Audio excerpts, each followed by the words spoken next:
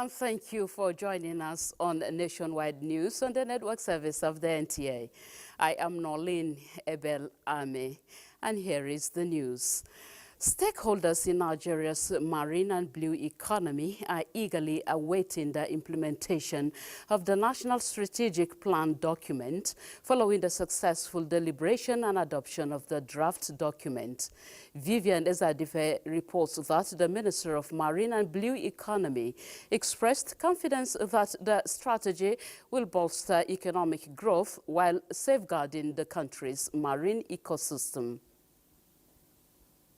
Nigeria is poised to aggressively unlock the vast potentials of its marine resources following the successful validation of its national blue economy strategy. This significant milestone marks a crucial step towards harnessing the country's freshwater and maritime resources to drive economic growth and sustainable development. Key stakeholders, including representatives from the Ministry of Agriculture, Budget and National Planning, as well as water resources, have pledged to support and collaborate with the Ministry of Marine and Blue Economy. Emphasis has been placed on the need for policies that support the initiative, with Minister of Marine and Blue Economy Adegbenga Oyetola acknowledging the support of the African Union, Inter-African Bureau for Animal Resources and the Kingdom of Norway. Let us remember that the true measure of our success lies in the tangible benefits we bring to our communities and the ecosystem we are trusted to protect. The National Blue Economy Strategy represents a promising step towards a prosperous future driven by sustainable economic growth, job creation, and environmental protection. Vivian Ezadife, NTA News. The federal government has formally flagged off the reconstruction of some of the Abuja-Kaduna highway utilizing concrete technology. Abdullahi Mohammed reports that the Minister of Works, Dave Umahi, performed the flag off, reiterating the commitment of the federal government to bring in succor to travelers along that corridor. Tomorrow belongs to this set. Then here is democracy in action. It's the latest move by President Ahmed Bola Tinubu to strike the nail on the coffin of the slow pace of works on the Abuja-Kaduna highway, which has been a pool of frustration to motorists. And so we presented the option of balkanizing the road into three, which we have done. President, His Excellency Bola Ahmed Tinubu, approved it. Now the main contractor, Julius Berger, has been asked to hands up some sections of the highway and is immediately awarded to other contractors with work starting immediately. Mr. President revoked the contract and re-awarded it to contractors under tax credit. To make travel easier for commuters during these reconstruction, massive palliative works have commenced. And for failing to meet the terms of contract, here is a message to Julius Berger. We are not increasing this contract for Julius Berger beyond 740 billion. I've invited them for a meeting tomorrow. If they are not doing it, we will terminate the job and we get people to do it. The Kaduna-Abuja part of the highway has continued to suffer delays in the ongoing reconstruction, with colossal loss to citizens. Abdullah Muhammad, NTA News. The Minister of Works has inaugurated a committee for the implementation of cashless tolling system and dualization of Kefi-Akwanga-Makudi Expressway as part of efforts to fast-track development as well as promoting strong and sustainable transportation ecosystem. He tasked the committee on the terms of reference that includes developing cashless tolling system framework, recommendation of relief stations and physical environment along the corridors. Also to proffer practical solution to the challenges of implementing cashless toll collection in the Nigerian environment. The head of PPP unit, Mrs. Uguchima Nenaya, underscored part of the mandate of Federal Ministry of Works to include attracting private sector funding, ensure order, accountability and profitable entrepreneurship to the operations, management and maintenance of federal highways. This, she noted, is consistent with the provisions of the ICRC Establishment Act 2005 and other policies which grants the minister power to administer tolls on federal highways. The chairman of the committee, Jumai Katagum, assured members' commitment to deliver on the task. Members of the committee were drawn from federal ministries of works, finance, budgets and national planning, justice as well as infrastructural concession regulatory commission. The committee has 2 weeks to submit its reports. Former Vice President Professor Yemi Osinbajo and the Minister of Housing, Ahmed Musa Dangiwa, have appealed to surveyors in Nigeria to partner the federal government in addressing the challenge of building collapse and meeting up the task of providing quality, affordable houses. They made the appeal at a surveyors conference in Abuja. Justin Bemui reports. It is a gathering of great minds in a unique profession, the Nigerian Institution of Surveyors, marking its 90 years of mapping progress. And for the federal government, the celebration comes with more responsibility. Surveyors are essential in ensuring that construction projects are not accurately planned and executed, but also that land use is effectively managed to prevent conflicts and promote sustainable urban development. The recent increasing frequency of building collapse across the country has that reminder that without the proper monitoring of substance and structural integrity, more disasters are inevitable. The former Vice President Professor Yemi Osinbajo recalls the great achievements and contributions of the surveying profession in addressing existential infrastructural challenges of Nigeria. We must start thinking and developing land surveying, teaching curricula that will ensure proficiency in working in an AI-driven environment.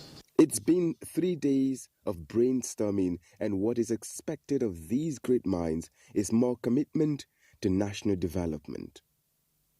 Justin Bemunyi, NTA News.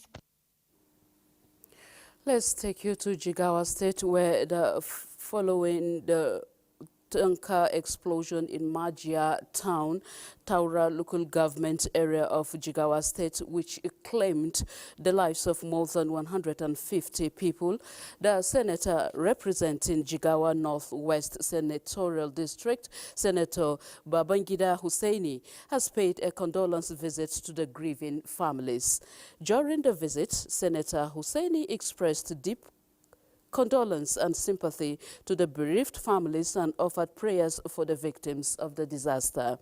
Senator Hussaini also donated 10 million naira to the surviving victims who are currently undergoing treatment in various medical centers and hospitals across the state, while calling on relevant government agencies and other organizations to provide the necessary relief and support to the victims. He also urged the public to remain vigilant and avoid hazardous practices during such emergencies. The furniture subsector of Nigeria's economy is about to receive a boost with the introduction of a market that offers eco-friendly pieces to high-tech smart furniture. This is as the maiden edition of the Abuja Interior and Furniture Expo is about to commence. Maria Ado-Zakari reports. The expo, first of its kind, seeks to bring back the glory of furniture industry in Nigeria. To do this, organizers say furniture lovers are about to witness something out of the ordinary, which is aimed at not only showcasing the incredible talent that the Nigerian furniture industry offers, but provide a platform for collaboration with the brightest minds in craftsmanship and innovation within and outside the country. The Nigerian furniture industry is a bedrock of creativity and great potentials. Our local designers, artisans, and manufacturers possess unique skills and ingenuity that deserve not just local but global recognition. For the organizers, the expected impact of the expo extends beyond the short term, as strategies are being put in place to facilitate long-term business collaborations, enhance trade relations, and stimulate innovation by encouraging competition and knowledge exchange. This is in addition to creating jobs and boosting entrepreneurship. The expo is expected to hold on the 6th to 8th of December 2024. In Abuja, Maria Ado-Zakari, NTA News. The Federal Capital Territory Administration has been involved in providing smart and sustainable solutions towards reducing the adverse impact of deforestation, global warming and climate change. The recent planting of about 200 trees along the corridors of Independence Way, Airport Road, the administration says is in line with the Green Campaign initiative of FCTA, with assurances that the campaign will be sustained. Aisha Uba Ali completes the report. CTA partnership with United States Embassy and other groups in the tree planting project, which speakers say is an intentional strategy towards achieving a sustainable and habitable environment. The Department of Parks and Recreation under the Abuja Metropolitan Management Council of the FCTA, among its mandates, has been engaging different organizations and individuals in beautifying the city as well as promoting tree planting. Department have experts who have been in this business of planting trees, nurturing trees, watering trees, and making sure, protecting them and making sure they grow very well. The department has been involved in other activities aside beautifying the nation's capital, which is also in line with the Greening Campaign initiative of the FCTA. In her remarks during the tree planting exercise, Mandate Secretary, Health Services and Environment Secretariat Adedolakbo Fashawe says that the project will be sustained. The reason why the youth are actively involved to see to the sustainability of the campaign. This is a campaign, not just an event. And a campaign means we go on. We have thought through this whole project, and in ensuring that we have sustainability, we have decided to get youth to take over this fight against global warming and climate change. The United States Ambassador Richard Mills applauds the efforts of the FCTA in checking the impact of climate change. Aisha Uba Ali, NTA News. Still staying with Aisha Uba Ali, she is live on the field there to update us on the Green Revolution. Aisha, of course, a Green Campaign initiative against global warming is a great move and has come to stay in Abuja. And looking at the impact, positive impact it brings about afforestation and friendly weather condition. Can you speak to us further on this? How can it be sustained and what is it all about?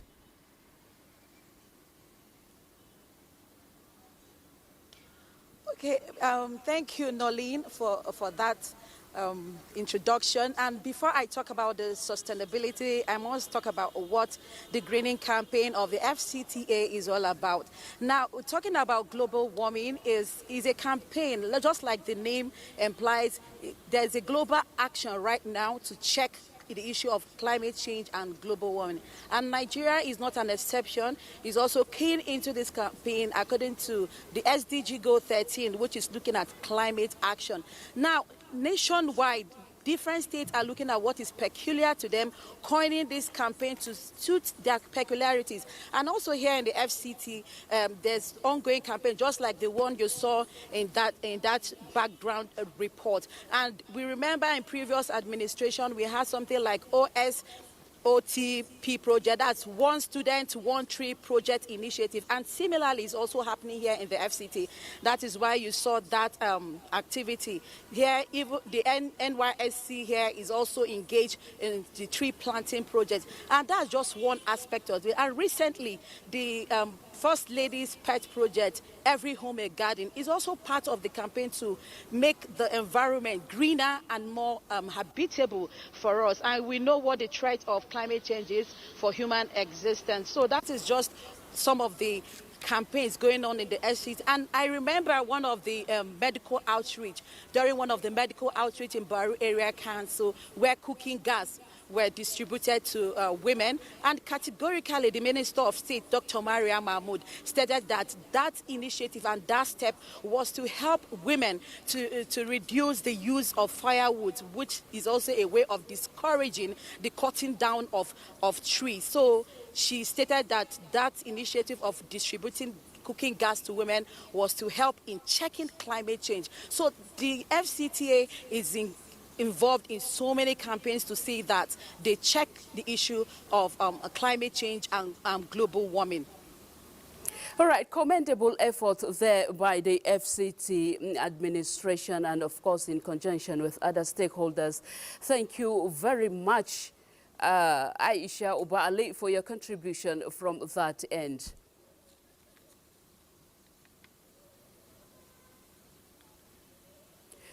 All right, moving on, let's go to Gombe, where Gombe state government has set aside over 2.8 billion naira to pay development partners counterpart funds to attract projects in health and community development. Emmanuel Akila reports that this is part of the approvals by the State Executive Council, which also approves payments to settle promotion arrears to Gombe State University unions who are on strike over a month ago. Commissioner for Information and Culture leads his colleagues in the Ministries of Water, Environment and Forest Resources and that of Budget and Economic Planning to brief journalists on deliberations after the State Executive Council meeting on various memoranda ratified for their respective ministries which affect the lives of the people. It's not just promotion, it's outstanding promotion arrears. By implication, the state is not owing any staff of the university any promotion arrears. The council approved the sum of 2,868,400,000 naira as counterpart funding for donor agencies and development partners. Council approved the sum of 537,040,276 naira 77 kobo for the provision of clean drinking water in the School of Nursing Gombe. Deputy Governor Manasseh Daniel Jato, who is the chairman of the negotiation committee with Gombe State University chapter of the Academic Staff Union of Universities, continues dialogue with the union towards ending the month-long industrial action in Gombe. Emmanuel Akila, NTA News. The Chartered Institute of Public Management of Nigeria is offering sustainable solutions towards an effective and efficient utilization of public debts, especially for public managers, to ensure the objectives for borrowing are realized. Tokbe Alabi reports that this was at the 2024 Public Managers Annual National Conference in Abuja.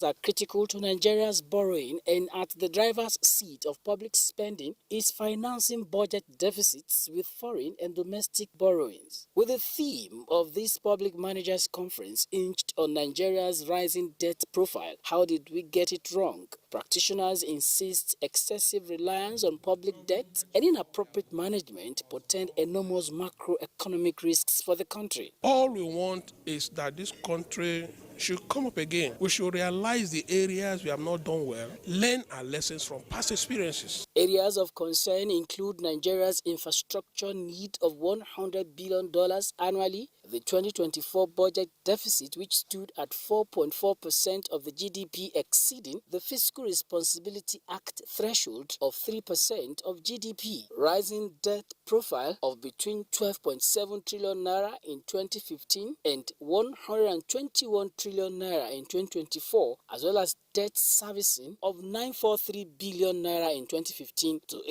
8.25 trillion naira in 2024. Shortages in revenue generation of the country. That is why they resorted to unmitigated borrowing, and that is what has affected the debt profile. International oil companies need to up their investment so that we can have a crude production somewhere around 2 million, 2.5, even 3 million barrels per day. I can see the way we're now parenting our children because of the economy. And this new generation, they wanted more. For public managers, the important thing is to understand where the performance metrics are. The second thing is to actually understand which strategy is currently being used and how the strategy can be reviewed. It is pertinent to look at the debt situation in the country because that is what is plaguing the whole nation. After the conference, we are going to write a communique to the presidency. The Chartered Institute of Public Management of Nigeria, since its inception, has been at the forefront of advocating result-oriented management approaches to optimize efficiency and build a more sustainable economy. In Abuja, Tokbe Alabi, NTA News. Jennifer Igwe will present the next set of reports on Nationwide from our Lagos studio. Good evening, Jennifer. Greatness is not a solidarity journey, but a collective effort. Recognizing young people's knowledge, perspective, and experience as valuable contributions to decision-making at all levels will not only boost their growth, it will also help foster a legacy of excellence, love, and compassion. This came to the fore at the 2024 Next Generation Awards held in Lagos. Adejoke Odeka completes the story.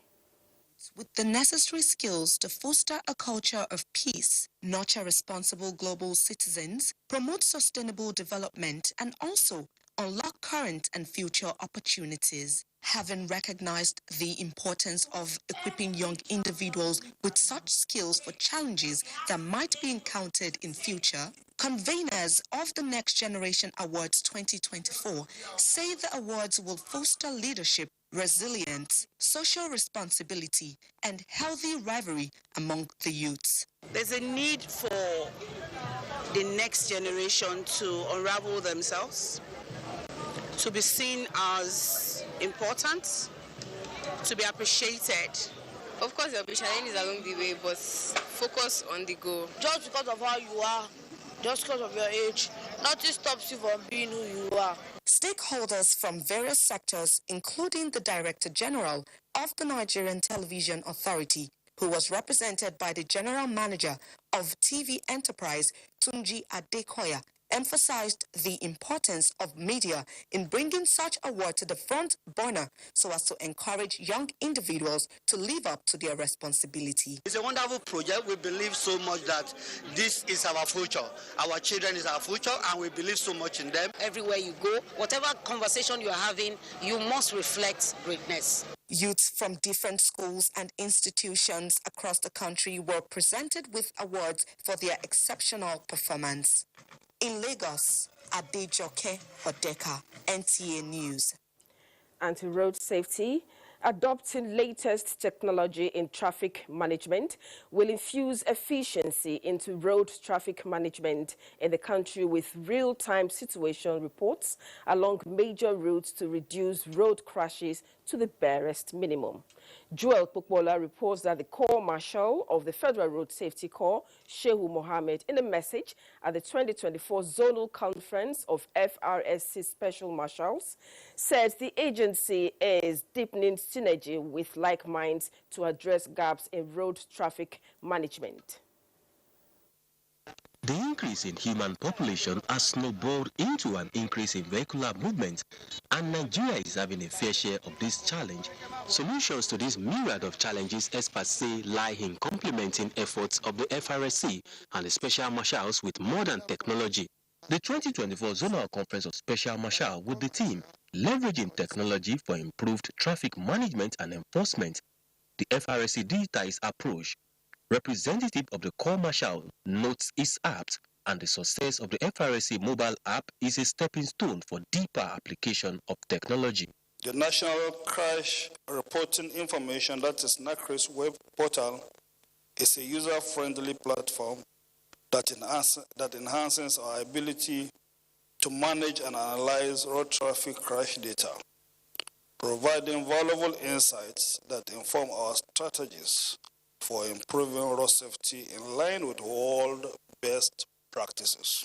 National Coordinator of Special Marshal Professor John Ugbebo and other speakers agreed that technology is the language of the world, hence it has become inevitable for Nigeria to step up research and close identified loopholes in road traffic management. That we are able to also have the plate number we can track, and that will give us your profile and tell us everything about you, where you are coming from, where you live, and everything about you. And that gives us all information we need. That's also a step in the right direction. The special marshals drawn from Lagos and Ogun states say they are ready to do more to ensure zero crashes this Ember month and beyond. In Lagos, Joel Ukbola, NTA News. That's all from Lagos. Back to Nolin in Abuja for more on the news. Nolin, over to you. Thank you very much, Jennifer. And at this point, we shall be joining a live broadcast on public lecture in honor of General Yakubu Gowon at 90. Thank you for watching.